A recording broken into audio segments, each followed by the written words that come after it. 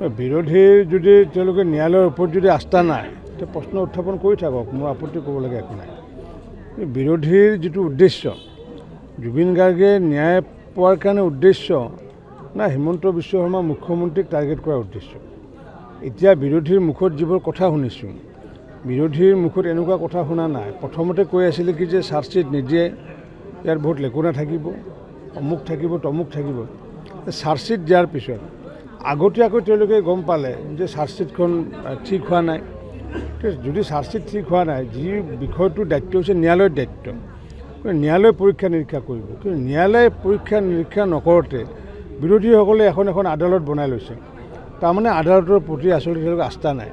মইতো ভাবোঁ আচলতে মহামান্য হাইকোৰ্টে এইসকল ব্যক্তিৰ ওপৰত আচলতে চমুটো কেছ ল'ব লাগে। কাৰণ কিয় এইকাৰণে চমুটো কেছ ল'ব লাগে, যিহেতু আমি ৰাইজে আদালত স্থাপন কৰিছোঁ, আমি ৰাইজে আদালতৰ আস্থা ৰাখিব লাগিব।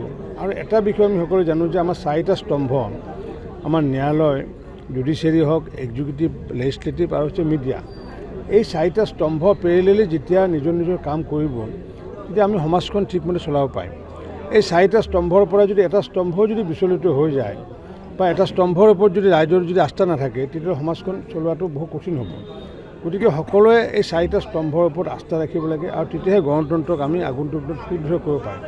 কিন্তু এই 4টা স্তম্ভৰ ওপৰত আস্থা ৰখাৰ বিপৰীতে চাৰ্জশ্বিট দাখিল কৰোঁতে যদি আগতীয়াকৈ কোনোবাই যদি উকিলতকৈ যদি অধিবক্তাতকৈ বেছি জনা বুলি ভাবি মন্তব্য দিয়ে, তেতিয়াহ'লে মই ভাবোঁ যে সেই মন্তব্যৰ আঁৰত কিছু ষড়যন্ত্ৰ থাকিব পাৰে বুলি মই ভাবোঁ, বা এইটো মেলাফাইড ইণ্টেনশ্যন, এইটো বনাফাইড ইণ্টেনশ্যন নহয়।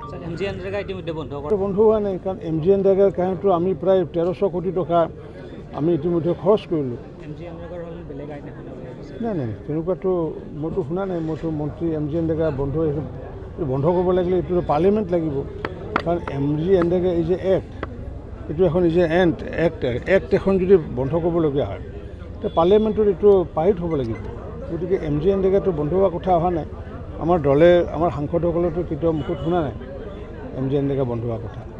বিৰোধীৰ যদি তেওঁলোকে ন্যায়ালয়ৰ ওপৰত যদি আস্থা নাই তে প্ৰশ্ন উত্থাপন কৰি থাকক, মোৰ আপত্তি ক'বলগীয়া একো নাই। বিৰোধীৰ যিটো উদ্দেশ্য, জুবিন গাৰ্গে ন্যায় পোৱাৰ কাৰণে উদ্দেশ্য না হিমন্ত বিশ্ব শৰ্মা মুখ্যমন্ত্ৰীক টাৰ্গেট কৰাৰ উদ্দেশ্য।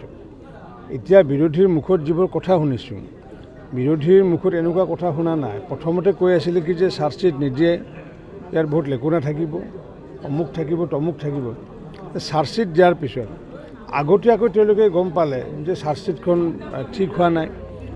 যদি চাৰ্জশ্বিট ঠিক হোৱা নাই, যি বিষয়টোৰ দায়িত্ব হৈছে ন্যায়ালয়ৰ দায়িত্ব, ন্যায়ালয়ে পৰীক্ষা নিৰীক্ষা কৰিব। কিন্তু ন্যায়ালয়ে পৰীক্ষা নিৰীক্ষা নকৰোঁতে বিৰোধীসকলে এখন আদালত বনাই লৈছে। তাৰমানে আদালতৰ প্ৰতি আচলতে তেওঁলোকৰ আস্থা নাই। মইতো ভাবোঁ আচলতে মহামান্য হাইকোৰ্টে এইসকল ব্যক্তিৰ ওপৰত আচলতে চমুটো কেছ ল'ব লাগে। কাৰণ কিয় এইকাৰণে চমুটো কেছ ল'ব লাগে, যিহেতু আমি ৰাইজে আদালত স্থাপন কৰিছোঁ, আমি ৰাইজে আদালতৰ আস্থা ৰাখিব লাগিব। আৰু এটা বিষয় আমি সকলোৱে জানো যে আমাৰ 4টা স্তম্ভ, আমাৰ ন্যায়ালয়, জুডিচিয়াৰী হওক, এক্সিকিউটিভ, লেজিছলেটিভ আৰু হৈছে মিডিয়া। এই 4টা স্তম্ভ পেৰেলেলি যেতিয়া নিজৰ কাম কৰিব, তেতিয়া আমি সমাজখন ঠিকমতে চলাব পাৰিম। এই 4টা স্তম্ভৰ পৰা যদি এটা স্তম্ভ যদি বিচলিত হৈ যায় বা এটা স্তম্ভৰ ওপৰত যদি ৰাইজৰ যদি আস্থা নাথাকে, তেতিয়া সমাজখন চলোৱাটো বহুত কঠিন হ'ব। গতিকে সকলোৱে এই 4টা স্তম্ভৰ ওপৰত আস্থা ৰাখিব লাগে, আৰু তেতিয়াহে গণতন্ত্ৰক আমি আগন্তুক সুদৃঢ় কৰিব পাৰিম। কিন্তু এই 4টা স্তম্ভৰ ওপৰত আস্থা ৰখাৰ বিপৰীতে চাৰ্জশ্বিট দাখিল কৰোঁতে যদি আগতীয়াকৈ কোনোবাই যদি উকিলতকৈ যদি অধিবক্তাতকৈ বেছি জনা বুলি ভাবি মন্তব্য দিয়ে, তেতিয়াহ'লে মই ভাবোঁ যে সেই মন্তব্যৰ আঁৰত কিছু ষড়যন্ত্ৰ থাকিব পাৰে বুলি মই ভাবোঁ, বা এইটো মেলাফাইড ইণ্টেনশ্যন, এইটো বনাফাইড ইণ্টেনশ্যন নহয়।